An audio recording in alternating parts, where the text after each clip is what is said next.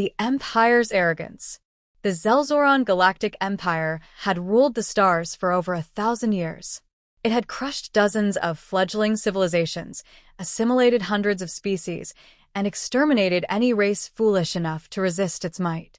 It was a machine of conquest, unwavering and absolute. So, when reports arrived of a previously unknown species, humans, the Grand Imperator Xerathon 9 barely paid attention. Another primitive world, he scoffed, waving a clawed hand dismissively as his advisors knelt before him in the golden halls of the Imperial Palace on Xel'Zora Prime. Have the legions raise their homeworld and be done with it. His Minister of Expansion, Lord Veckrel, hesitated before responding.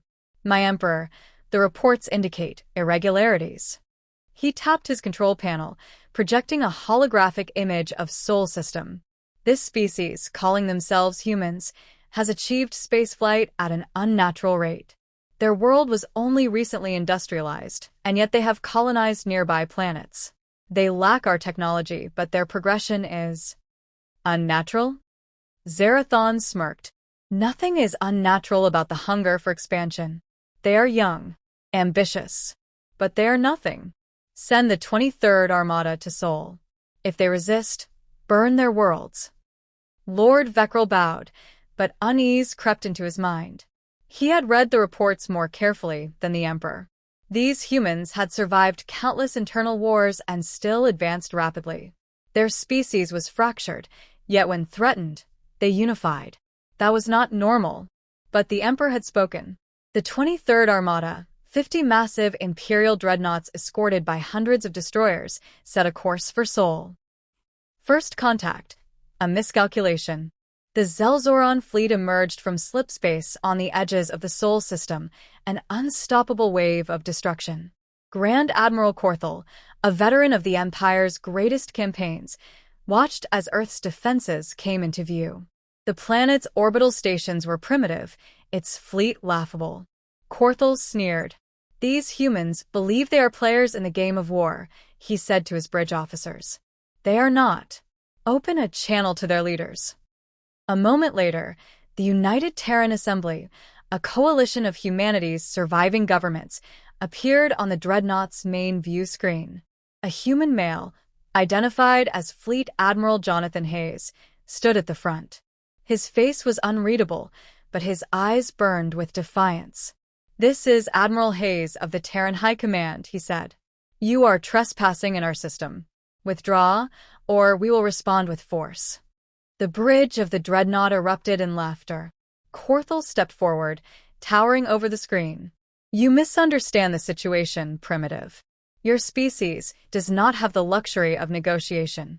You will kneel before the Xel'Zoran Empire or be eradicated. Hayes' expression did not change. We've studied your kind. We know what surrender means. You exterminate the weak, enslave the strong. That won't be us. Korthel smiled cruelly. Then you have chosen extinction. With a flick of his hand, he ordered the first strike. The burning of Mars. The Empire's war doctrine was simple: destroy all resistance before it could become a threat. The outer colonies fell within hours. Titan's orbital defenses were vaporized. Ganymede's shipyards burned. But it was Mars that bore the true weight of Imperial wrath. The Martian defense fleet, outnumbered and outgunned, fought valiantly, but was obliterated in minutes. The sky over Olympus Mons turned red as orbital bombardments scorched the surface, reducing entire cities to ash. Millions perished before their screams even reached Earth's communications. And still, humanity did not surrender. Instead, they activated Protocol Blackout, a desperate plan. Every remaining human vessel went dark, slipping into deep space while Earth scrambled for a counterattack. From the bridge of his flagship, Korthel watched the destruction unfold and sneered. Pathetic, he muttered. But Admiral Hayes had already vanished into the void, preparing for a war the Empire did not see coming. The awakening of a species. Earth was in mourning, but mourning soon turned to rage. For centuries, humanity had fought amongst itself, divided by nations, ideologies, and greed. But now, they had something greater, a common enemy. And that enemy had made the worst mistake of all. They believed the fight was over. The Terran High Command assembled what little remained of their fleet. Scientists worked furiously to reverse-engineer captured Xel'Zoran technology. Engineers built new weapons, new ships, and new tactics, not to fight the Empire conventionally, but to bleed it from the shadows. The Xel'Zoran Empire had given humanity a reason to unify, and that was the beginning of their downfall. As the 23rd Armada left Sol, confident that humanity had been broken, a single message was broadcast from Earth's hidden relay stations, spreading through the void like wildfire. We are humanity. We will not kneel. We will not forget. And we will have our vengeance. The war had just begun. The silent war. The Xel'Zoran Empire had made a fatal mistake. They believed humanity was defeated. The 23rd Armada had bombarded Mars into ruin, crushed Earth's defenses, and annihilated the colonies. But they had left too soon. They had assumed the humans would surrender, as so many species before them had. Instead, they vanished into the void, preparing for a war unlike any the Empire had ever faced. The Ghost Fleet rises. Deep in the frozen expanse of the Kuiper Belt, in hidden stations and hollowed-out asteroids, humanity rebuilt. The surviving fleet, once battered and broken, was reforged into something new. No longer a conventional force, but a shadow fleet. Admiral Jonathan Hayes, now Supreme Commander of the Terran High Command, THC, stood before his officers in a dimly lit war room. A holographic map of the Empire's supply routes hovered before them. "We cannot fight them ship to ship," Hayes said. "Their fleet is too vast, their technology too advanced. But we don't need to fight fair. We need to make them bleed." Humanity's new doctrine was simple: attrition. Instead of direct battles, the Ghost Fleet, a growing force of modified stealth ships and repurposed Xel'Zoran tech, began striking where the enemy least expected. Convoys disappeared. Patrol fleets went silent.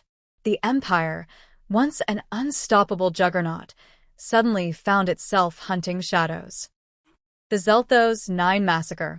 The first major blow came at Xel'Thos 9, a critical refueling station deep in Imperial space.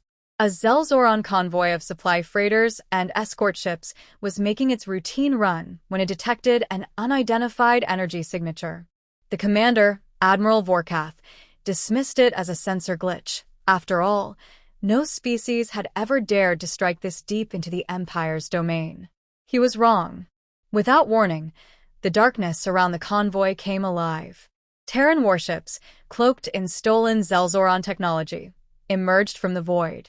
They were smaller than Imperial destroyers but faster, more agile, and equipped with weapons designed to exploit Xel'Zoran weaknesses. The humans didn't attack head-on. They struck surgically, targeting fuel lines, reactor cores, and bridge controls. Ships erupted from the inside out, leaving no chance for retaliation. The entire convoy was destroyed in less than an hour. Admiral Vorkath's last transmission was a desperate scream. The humans static. The Empire panics.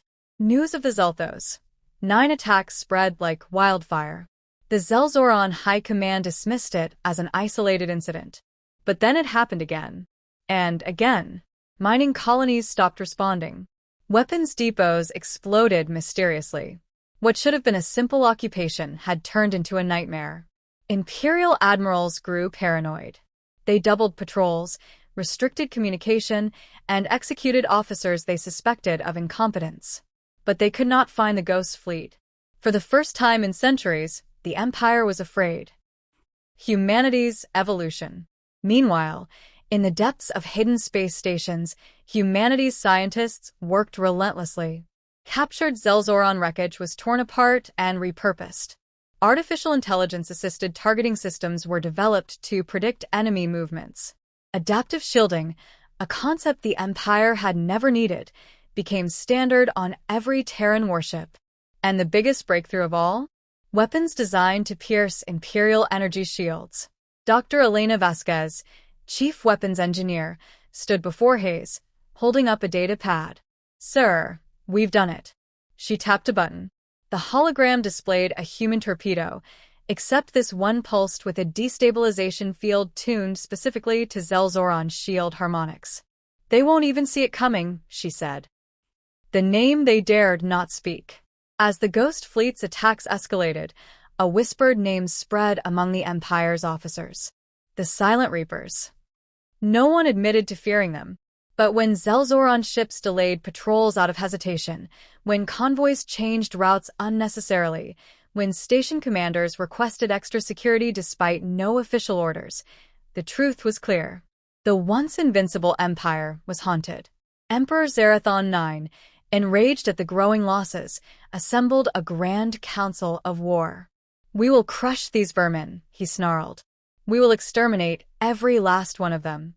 A massive fleet was prepared for a final campaign to wipe out humanity once and for all.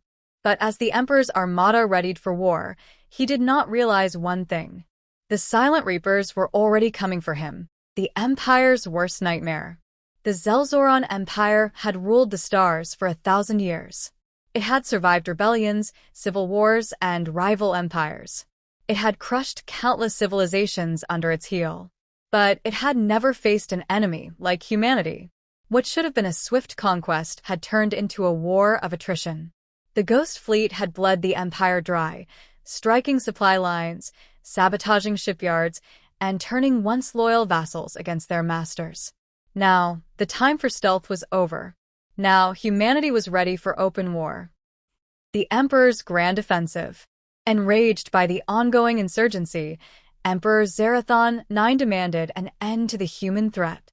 The Imperial Armada, the largest fleet ever assembled, was dispatched to Sol System. Over 10,000 warships, including the Leviathan-class dreadnoughts, capable of glassing entire planets, spearheaded the assault.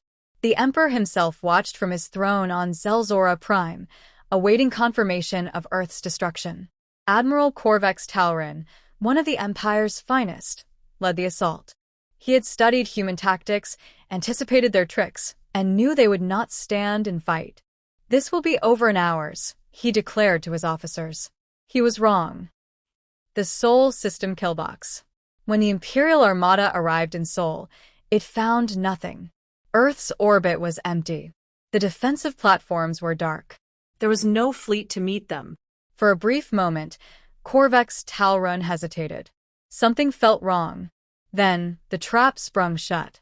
Thousands of human warships decloaked from the asteroid belt, emerging from hidden bunkers on Luna, Titan, and Ganymede. The new Terran Armada, sleek, advanced, and built for one purpose, destruction. And they were not alone. Dozens of rebel fleets, former Xel'Zoran vassals who had risen against the Empire, joined them, eager for vengeance. Admiral Jonathan Hayes, commanding from the bridge of the TNS Retribution, gave the order, "Unleash hell." The fall of the Imperial Armada. The battle erupted into chaos. The Empire had numbers. Humanity had strategy. The Leviathan-class dreadnoughts, once thought indestructible, found their shields failing under the relentless assault of Terran disruptor torpedoes, specifically designed to bypass Xel'Zoran defenses.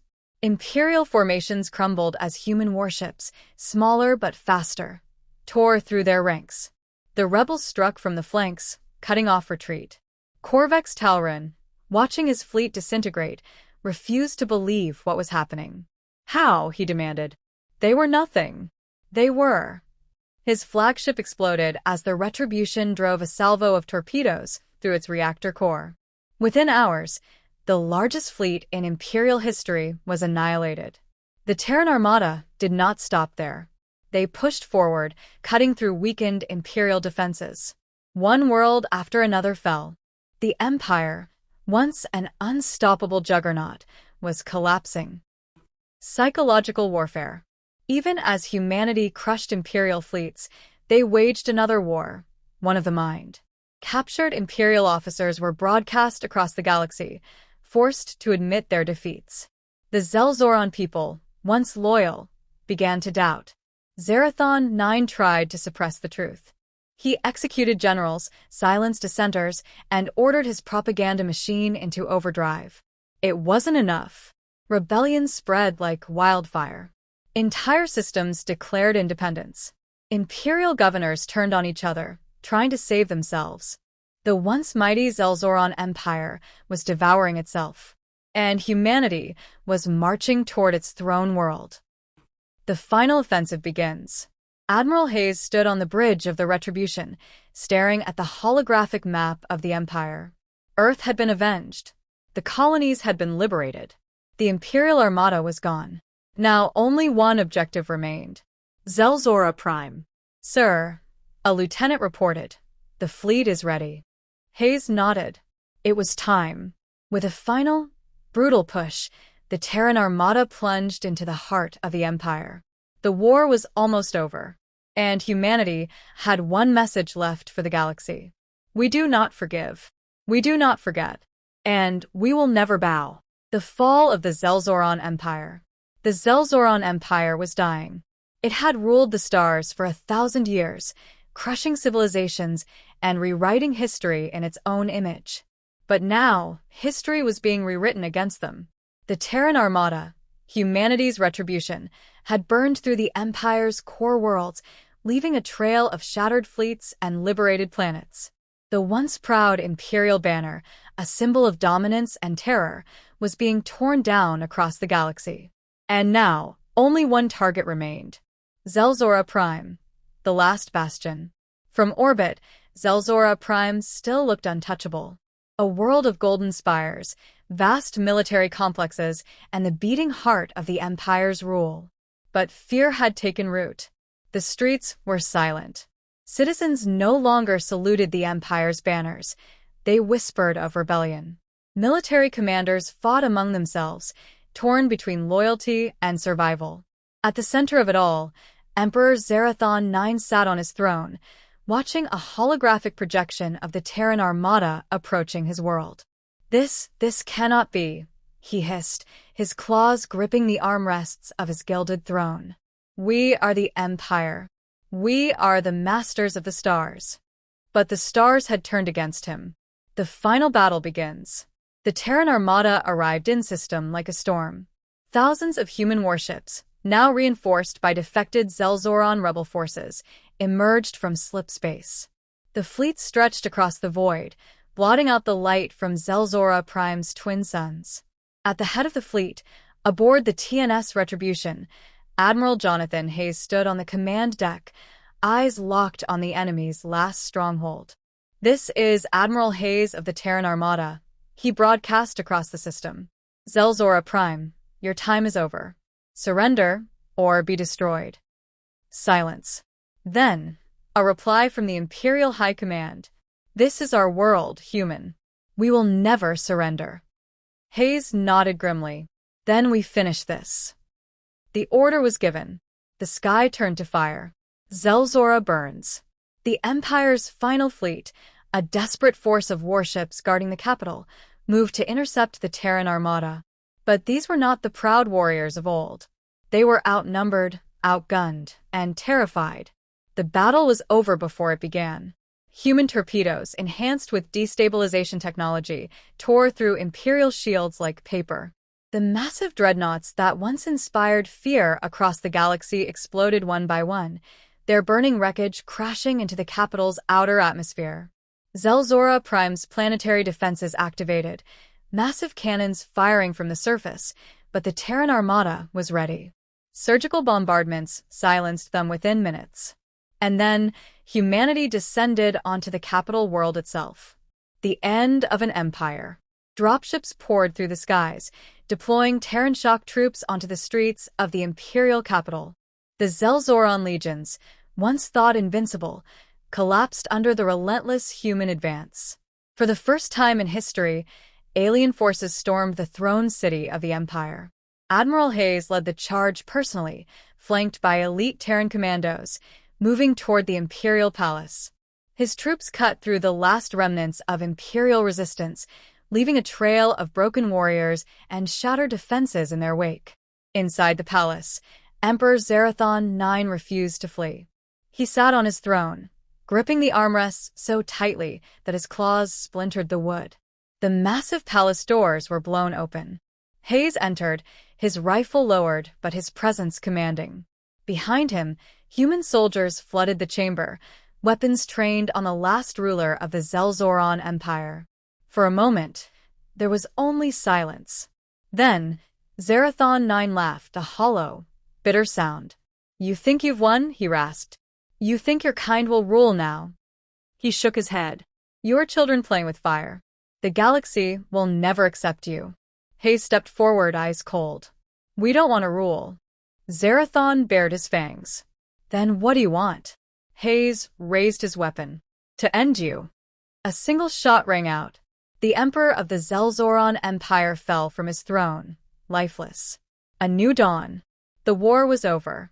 Across the galaxy, the fall of Xel'Zora Prime signaled the death of the Empire. Former vassal races celebrated their freedom. Imperial governors, realizing there was nothing left to fight for, surrendered. The Terran armada did not claim the throne. Humanity did not replace the Empire. Instead, they left the liberated worlds to decide their own fates, forming the Galactic Coalition, an alliance of free species. Humanity had proven its point. They would not kneel. They would not bow. And now, the galaxy knew the truth. Earth was not to be trifled with. As Admiral Hayes stood on the bridge of the Retribution, watching Xel'Zora Prime fade into the distance, he gave humanity's final message to the stars. We were underestimated. We were attacked. And we survived. Never again. The Terran Fleet turned and disappeared into the void. And for the first time in 1,000 years, the galaxy was free.